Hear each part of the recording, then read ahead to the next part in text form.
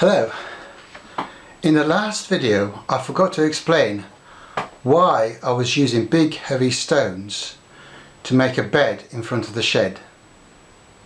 The main reason is that the bricks on the shed, together with the stones, will act as a thermal mass. During the day they absorb the heat and sunlight and store the heat.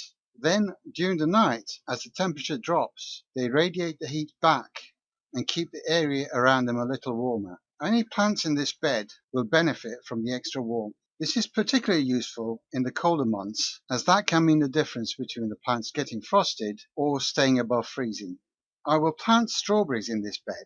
Normally, strawberry flowers will get a black center and not produce fruit if they get a frost on them in the spring. This little extra heat means that the strawberries in the bed will be able to fruit earlier than others in open ground. I could add an extra cover by making a low tunnel using a plastic sheet which would hold in even more heat and protect them from the chill wind and the frost falling on them. I can look forward to getting an extra early crop of strawberries in future years. Of course, everything in nature gets balanced. Slugs will also benefit from the extra heat and frost protection, and when they wake up from their long winter sleep, they will have some fresh strawberries to tuck into, but we'll have to accept that. We'll try to keep their numbers down, and hopefully there will be a decent crop of early strawberries for us. Before I go to the allotment, I have a plan of the things I want to do, but whenever I get there, I always find new things that need doing. So the list of jobs to do just keeps getting longer. The allotment door is in a serious condition and is falling apart, so it needs urgent attention. It will get worse now that I'm using it and opening and closing it, putting a strain on the posts. The post on one side is actually in a post holder and it's in a good condition.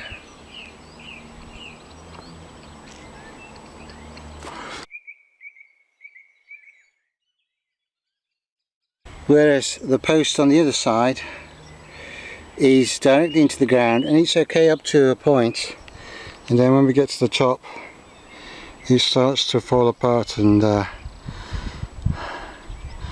it's a bit of a mess up here, so that needs to be sorted. So this post needs replacing. The one on the right is okay, the one on the left needs replacing.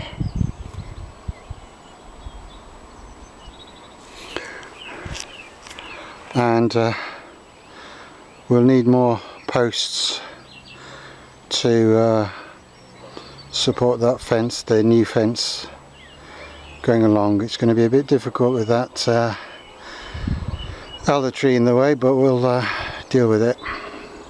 I'll have to patch it up temporarily. The comfrey plants have set flower and they'll be soon going to seed, so